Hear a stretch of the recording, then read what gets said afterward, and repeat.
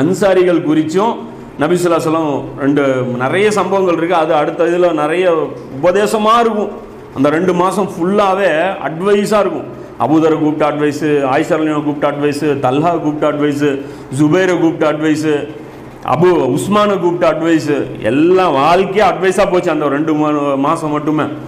அப்போ இந்த இடத்துல ரசூலுல்லாஹ் மிம்பரில் ஏறிட்டு இதுவா பயான் பண்ணுறாங்க. இது புகாரியில் பார்த்தீங்கன்னா 3800, 3799, 3783 இந்த 3 இடத்துல இந்த ஹதீஸ் இருக்குது. இதில் வந்து மிம்பரில் ஏறி ரசூலுல்லாஹ் துவா செய்கிறாங்க, மக்களை இஸ்லாத்தில் இணையும் மக்கள் இனி அதிகமாவார்கள். இப்போ புதுசாக ஆட் ஆகிட்டே வருவாங்க.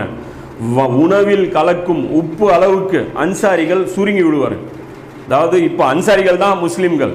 அப்போ முஸ்லீம்கள் ஜாஸ்தி ஆவாவ அன்சாரிகள் சாப்பாடில் போடுற உப்பு மாதிரி கம்மியாயிருவாங்க. அன்சாரிகள் விஷயத்தில் நல்ல விதமாக நடந்து கொள்ளும்படி உங்களுக்கு நான் அறிவுரை சொல்கிறேன். அன்சாரிகளை அம்போன்னு விட்டுறாதீங்க. ஏன்னா ரசூலுல்லாஹ் சொல்லிட்டாங்க, ஆட்சி அதிகாரம் இவங்களுக்கு தரக்கூடாது. ஏன்னா 12 கலீஃபாக்கள் குறைஷிகளாக தான் இருப்பாங்கன்னு ரசூலுல்லாஹ் சொல்லிட்டாங்க. அப்போ எந்த காலத்துலேயும் அன்சாரிகள் தங்களுடைய உரிமைகளை தாங்களே வாங்கிக்க முடியாதுங்கிற ஒரு பொசிஷன் வரப்போகுதுங்கிறது ரசூலுல்லாஹ் சொல்லிட்டாங்க. ஆனால் இவங்க தான் நம்பர் 1 சொல்லிட்டு ரசூலுல்லாஹ் சொல்கிறாங்க, அவர்கள் எண்ணிலிருந்து இருக்கிறாங்க, நானும் அன்சாரியாக இருந்திருப்பேன் அப்படி சொல்கிறாங்க. நான் மட்டும் ஹிஜ்ரத் மட்டும் இல்லைன்னா நான் அன்சாரியில் பிறந்திருப்பேன் அப்படின்னு ரசூலுல்லாஹ் சொல்கிறாங்க. அது தனியாக இன்னொரு ஹதீஸ். இதில் ரசூலுல்லாஹ் சொல்கிறாங்க, ஏனெனில் அவர்கள் என் இறைப்பையை போன்றவர்கள், என்னுடைய இறைப்பைக்கு சமம், என்னுடைய சொத்து அவங்க, அவர்கள் தங்களுடைய பொறுப்பை நிறைவேற்றி விட்டார்கள், அவங்க வேலை முடிஞ்சிருச்சுங்கிறாங்க. அவங்க சொன்ன வேலையை செஞ்சுட்டாங்க, அவங்களுக்கு கொடுத்த வேலை எல்லாம் அவங்க செஞ்சிட்டாங்க. இனி அவர்களுக்குரிய உரிமை மட்டும்தான் நாம் தர வேண்டியது பாக்கி இருக்குது. அவங்களுக்கு நம்ம நன்றி கடன் செய்கிறது மட்டும்தான் நமக்கு பாக்கி இருக்குது. அவங்களுடைய வேலை எதுவுமே நீ கிடையாது. எனவே அவர்கள் ஒரு நன்மை செய்தால் ஏற்றுக்கொள்ளுங்கள், அவர்களில் தவறிழைப்பவரை மன்னித்து விடுங்கள். அன்சாரிகளுடைய தவறுகள் பேசக்கூடாது. அன்சாரிகள் தவறு செஞ்சாங்க, அபூபக்கருடைய ஆட்சி, அதாவது அபூபக்கரை நியமிக்கும் போது தவறு செஞ்சாங்க.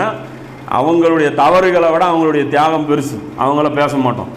புரியுதுங்களா? அதாவது ஒரு ஆளை குறித்து இவங்களுடைய தவறுகளை பேசாதீங்கன்னா அதுக்கு ரசூலுல்லாஹ் சொல்லியிருக்கணும். அதாவது அவங்களுக்கு வந்து அந்த சேஃப் ஜோன் அவங்களுக்கு கொடுத்துருக்கணும் ரசூலுல்லாஹ். இவங்களை பற்றி நீங்கள் பேசாதீங்க, அந்த கேட்டகிரி பெருசு.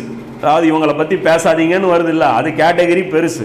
அஸ்வத்துல் முபஸ்ஸராவை பற்றி பேசக்கூடாது, பத்ரு சஹாபாக்களை பற்றி பேசக்கூடாது, முஹாஜிர்களை பேசக்கூடாது, அன்சாரிகளை பேசக்கூடாது, உதைபியாவில் கலந்துக்கிட்டவங்கள பேசக்கூடாது, புரியுதுங்களா? அலியை பேசக்கூடாது. இந்த மாதிரி தனி ஆளையும் பேசக்கூடாது. இதில் இல்லாதவங்கள அந்த கேரண்டி நம்ம கொடுக்க முடியாது. அந்த பிரச்சனை, அந்த ஒரு ப்ரொடெக்ஷன் அவங்களுக்கு கிடையாது. இதெல்லாம் வந்து அவங்களுக்கு வந்து அந்த ஒரு சூப்பர் பவர் வந்து அவங்களுக்கு கிடையாது.